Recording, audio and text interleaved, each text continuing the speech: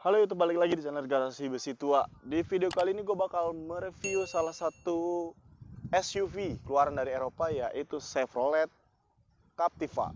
Chevrolet Captiva ini memiliki saingan lumayan banyak dari Hondanya itu CR-V dan Nissannya itu X-Trail. Kita ulas semua dari interior dan eksteriornya. Jangan di skip, tonton terus sampai selesai dan enjoy. Oke, sekarang udah di bagian depannya Chevrolet Captiva.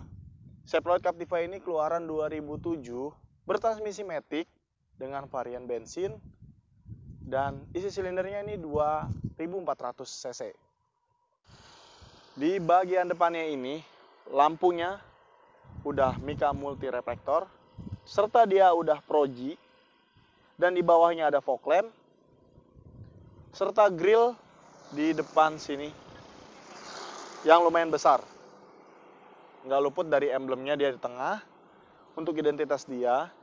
Dan di bagian bawahnya ini ciri khas mobil SUV. Bentuknya kebanyakan seperti ini. Sekarang kita lanjut bagian sampingnya.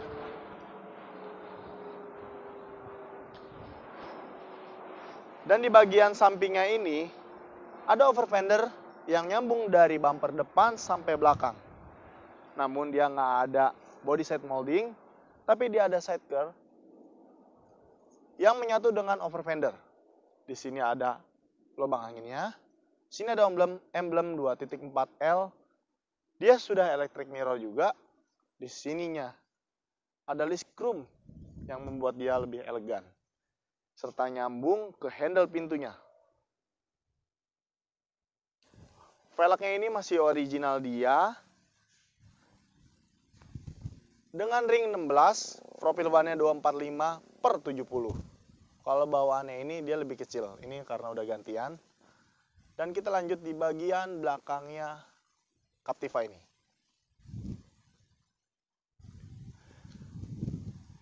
Di bagian belakang Captiva ini sama seperti pada umumnya, dia kacanya bisa dibuka dan bagasinya pun bisa dibuka. Jadi bisa dibelah dua gitu. Di belakang ini ada wiper, ada rear defogger, stop lampnya seperti ini, lumayan besar. Dan di sini ada emblemnya, Chevrolet. Aturan di sini ada identitas nama dia Captiva, tapi ini udah hilang kayaknya. Bumpernya seperti ini, dan di sini ada mata kucingnya. Oke, sekarang kita lanjut di bagian interiornya Captiva ini.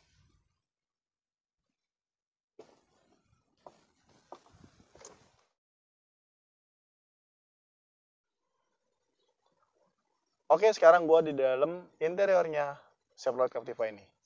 Udah kelihatan dari luarnya aja mobilnya besar, bongsor. Dan pastinya legroom dan headroomnya ini luas. Di bagian kemudinya ini, setirnya sudah airbag. Dan instrumennya seperti ini. Dan dia juga udah airbag di samping penumpangnya ini. Di bagian tengahnya ini ada box yang kita tekan dulu baru bisa naruh barang yang nggak terlalu besar ya, kecil sekali. Tapi di atasnya ini ada space untuk naruh dompet atau apa itulah yang kecil-kecil. Di bagian sininya udah diganti dengan double din yang hasilnya tidak seperti ini. Di sini instrumen AC-nya dan dia bertransmisi matic. Dia di sini ada cup holder 2 untuk 2. Di sini rem tangannya seperti ini modelnya. Ada pelindungnya gitu, biasanya dia cuma tongkat gitu dan dia ini ada pelindungnya. Di bagian tengahnya kita lihat ada box yang lumayan ya, nggak besar atau nggak kecil banget. Di tengahnya juga ada, di luarnya. Dia nggak bisa jadi armrest ya, karena bahannya seperti ini. Dia mungkin namanya SUV pasti harus tegak dan tangannya dua-duanya di setir mungkin ya. Di bagian door trimnya ini dia sudah power window 4 pintu. Dia juga sudah electric mirror dan penyetelnya ada di samping setir. Dan pedal tuas yang di sebelah kanan ini bukan sen ya, karena ini Eropa. Ini tuh wiper dan sennya dan lampunya ini di sebelah kiri. Nah, kebalikannya dari Jepang. Di bagian atasnya ini ada sun visor, ada kacanya dan serta ada lampunya juga ya. Lumayan lengkap. Sun visor di penumpangnya pun ada cermin serta lampunya, tapi lampunya yang ini mati. Di bagian tengahnya ada lampu baca, ada 2 lampu baca, dan di sini ada box untuk naruh barang-barang yang nggak terlalu besar ya, untuk diumpetin bisa di sini. Kita lanjut di bagian penumpang belakang, oke? Dan sekarang udah di bagian penumpang belakangnya, dia bahan joknya ini masih originalnya dia, masih original pabriknya dia. Depan belakang masih original dia. Jadi kita duduk di belakang pun masih kerasa nyaman. Masih kerasa nyaman, masih kerasa lumayan ini ya, adem. Kalau yang udah kulit itu pasti rasanya panas. Tapi bagaimana selera lagi sih baliknya kalau kayak gitu. Nah, gue baru ngeliat setelah gue lihat duduk di belakang, ternyata headrestnya modelnya seperti ini. Lucu juga. Ya, modelnya seperti ini, nggak seperti biasanya yang cuma bulat gitu aja ya. Di bagian penumpang nggak ada apa-apa, tapi ada ruang penyimpanan yang dijaga dengan jaring. Di sini ada penyimpanan kecil. Nah, di sini ada cup holdernya untuk penumpang, ada 2. Di bagian atasnya ini ada handle tangan dan gantungan kecil 1. Di sini kabinnya juga ada lampu untuk bagian belakang. Dan di bagian sininya cuma ada tombol power window dan tuas pintunya aja. Dan box kecil penyimpanan. Dan di sininya ada sound kecil.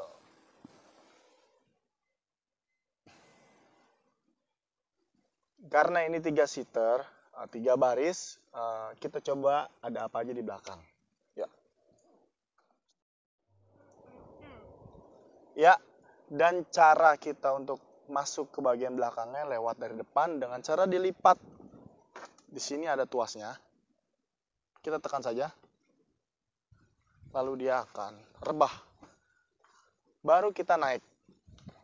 Iya.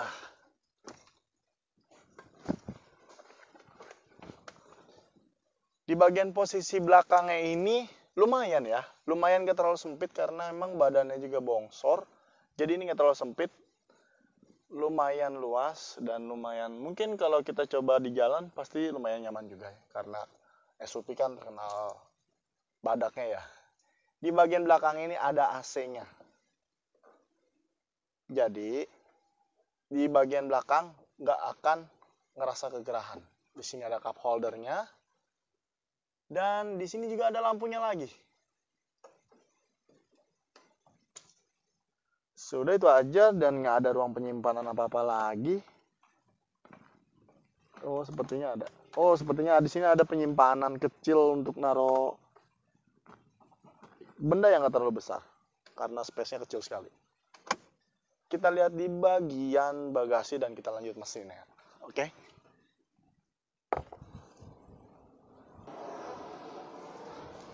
Nah, di bagian luar ini kita lupa menjelaskan. Di sini tankinya kita langsung tarik aja karena dia nggak ada tuas dari depannya. Lanjut di bagasinya. Bagasinya ini lumayan berat ya, lumayan berat. Dan space di dalamnya ini nggak terlalu besar. Tapi kalau nggak dipakai bangkunya kita bisa lipat. Ya, jadi lumayan luas. Di sini untuk toolkitnya.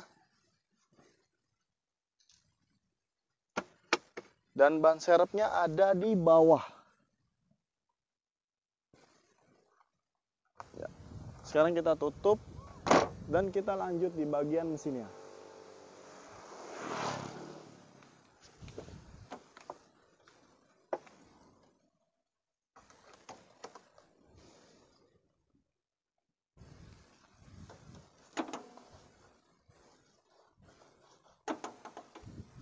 Tuasnya ini dekat dengan emblem Chevroletnya. Kita tinggal masukin jari dan di sini ada tuas, kita tekan ke atas.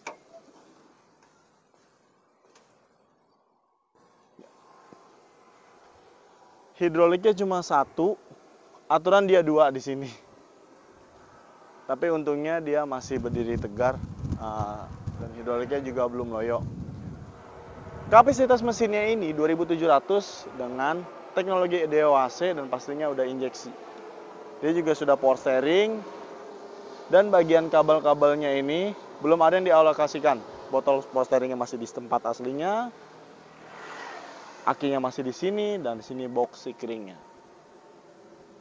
Ruangannya kelihatan nggak terlalu besar ya, karena mobil 2000 ke atas semakin lama semakin kelihatannya rinci, nggak terlalu ribet atau nggak terlalu kopong, jadi kelihatannya padat, tapi ruangannya kecil, cukup untuk perawatan segala macam. Karena kita tutup lagi.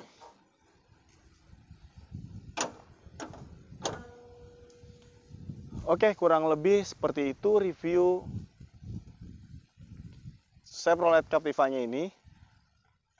Kurang lebihnya gue minta maaf, karena gue juga belum terlalu menguasai mobil-mobil baru, mobil-mobil yang muda ya, SUV atau mobil yang lainnya, gue masih belajar juga.